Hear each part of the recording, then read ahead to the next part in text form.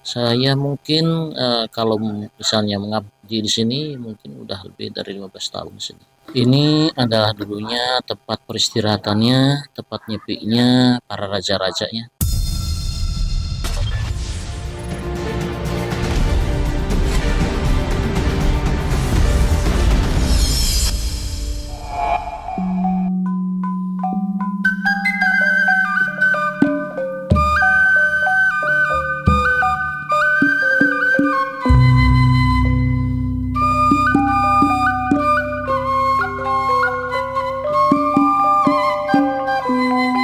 Pasanggrahan Prabu Siliwangi yang beralamat Desa Pajajaran, Kecamatan Raja Galuh, Kabupaten Majalengka, Jawa Barat menjadi bukti sejarah berdirinya Kerajaan Pajajaran di Tanah Sunda, dan lokasi yang saat ini dijadikan wisata religi tersebut.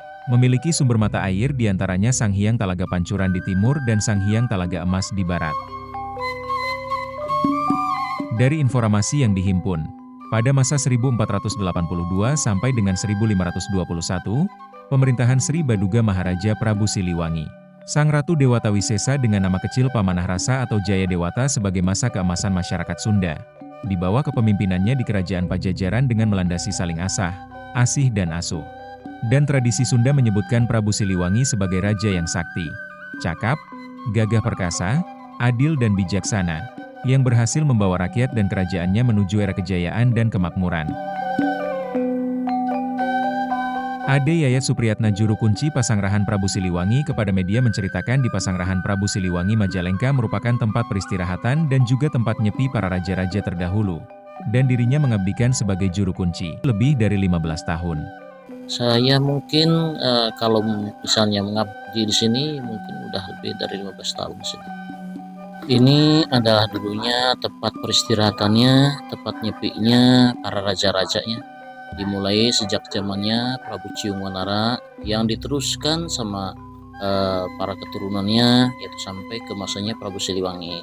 Karena banyak raja-raja yang dari mulai Ciungwanara sampai ke Prabu Siliwangi itu sendiri, tapi mungkin yang paling terkenal itu adalah nama Prabu Siliwangi. Makanya di sini dinamakan Pesanggrahan Prabu Siliwangi, yang sampai sekarang dijadikan tempat istilahnya untuk berdoa, untuk berziarah, dan istilahnya untuk mengenang jasa-jasa ataupun perjuangan-perjuangan beliau dalam istilahnya menyiarkan syiar Islam juga, begitu juga syiar budaya.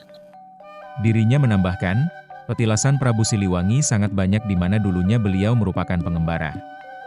Dan Pasanggrahan sudah ada sejak tahun 700 sebelum Masehi oleh Sang Prabu Tarusbawa dan diteruskan oleh Prabu Siliwangi pada 1482 sampai dengan 1521, serta dilanjutkan oleh beberapa raja lainnya hingga saat ini menjadi Pasanggrahan Prabu Siliwangi. Kalau dibilang sejak kapan, sejak zamannya Prabu Ciungwanara. Ada Ciungwanara itu sendiri berarti sekitar tahun 700-an Masehi. Nah, sementara diteruskan sampai ke masanya Prabu Siliwangi yaitu sekitar 1400-an, dan setelah ibaratnya ditinggalkan sama yang Prabu Siliwangi itu sendiri, ada sebagian dari pengikutnya yang tetap untuk menjaga merawat tempat ini, yang akhirnya lambat laun akhirnya tempat ini pengikutnya yang Prabu Siliwangi itu sendiri akhirnya membuka pedukuhan dan lambat laun menjadi suatu desa yang sekarang dinamakan Desa Pajajar karena diambil dari petilasan Pajajaran. Kalau petilasan itu memang banyak ya, karena beliau itu sendiri dulunya ada seorang pengembara juga. Selain beliau sekarang Raja Agung, sebelum menjadi raja, beliau itu seorang pengembara. Makanya banyak petilasan-petilasannya, dan kebanyakan itu sini adanya di daerah pegunungan-pegunungan atau di daerah gunung-gunung. Kebetulan, tapi semua juga tergantung dari situasi dan kondisinya. Ada juga petilasan tempat beliau bertapaknya, ada tempat beliau istilahnya seperti di sini sebagai persanggrahannya kan gitu ya. Terus ada juga di sini tempat-tempat yang lainnya. Dan kebetulan di sini karena sini disebutkan pesanggrahan, jadi bukan hanya tempat beliau, tapi juga raja-raja yang lainnya ataupun keluarga-keluarga yang lainnya yang istilahnya menetap di sini ataupun bermukim di sini dengan sesuatu tujuan hal-hal tertentu.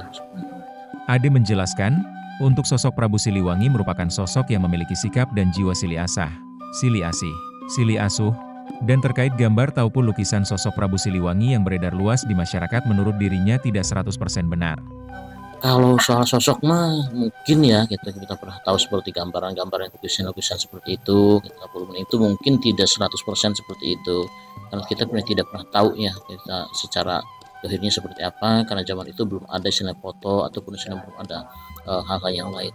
Tapi kalau misalnya kita bisa mengenang adalah sikapnya atau jiwanya beliau yang sangat mengemban istilah suatu amanah ataupun istilah suatu filosofi yang itu yang bernama sili asah, sili asih, sili asuh.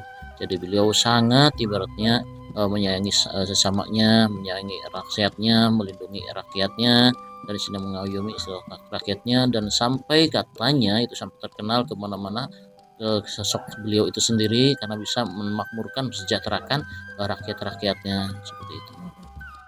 Dan dirinya berpesan kepada para keturunan anak dari Prabu Siliwangi yang memiliki filosofi silih asah, silih asuh dan silih asih, untuk menanamkan dan pegang teguh ajaran-ajaran dari beliau dan diamalkan.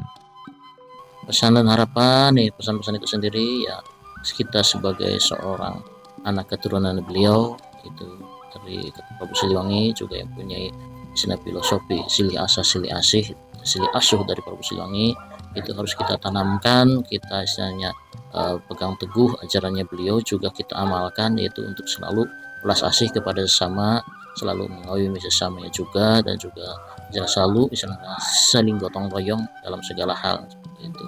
Dan juga salah tak sadar juga pesannya, jangan sampai kita melupakan jasa-jasa beliau, jasa leluhur kita, untuk selalu kita kenang dan juga kita amalkan ajaran-ajarannya.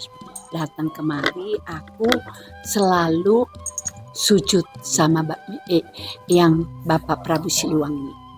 Itu sudah 55 tahun. Kemuzisatannya sangat-sangat luar biasa. Terima kasih sudah menyaksikan tayangan kami. Jangan lupa klik subscribe, lonceng, like dan komen untuk dapat menyaksikan berita terbaru dari Indo TV, TV online Indonesia.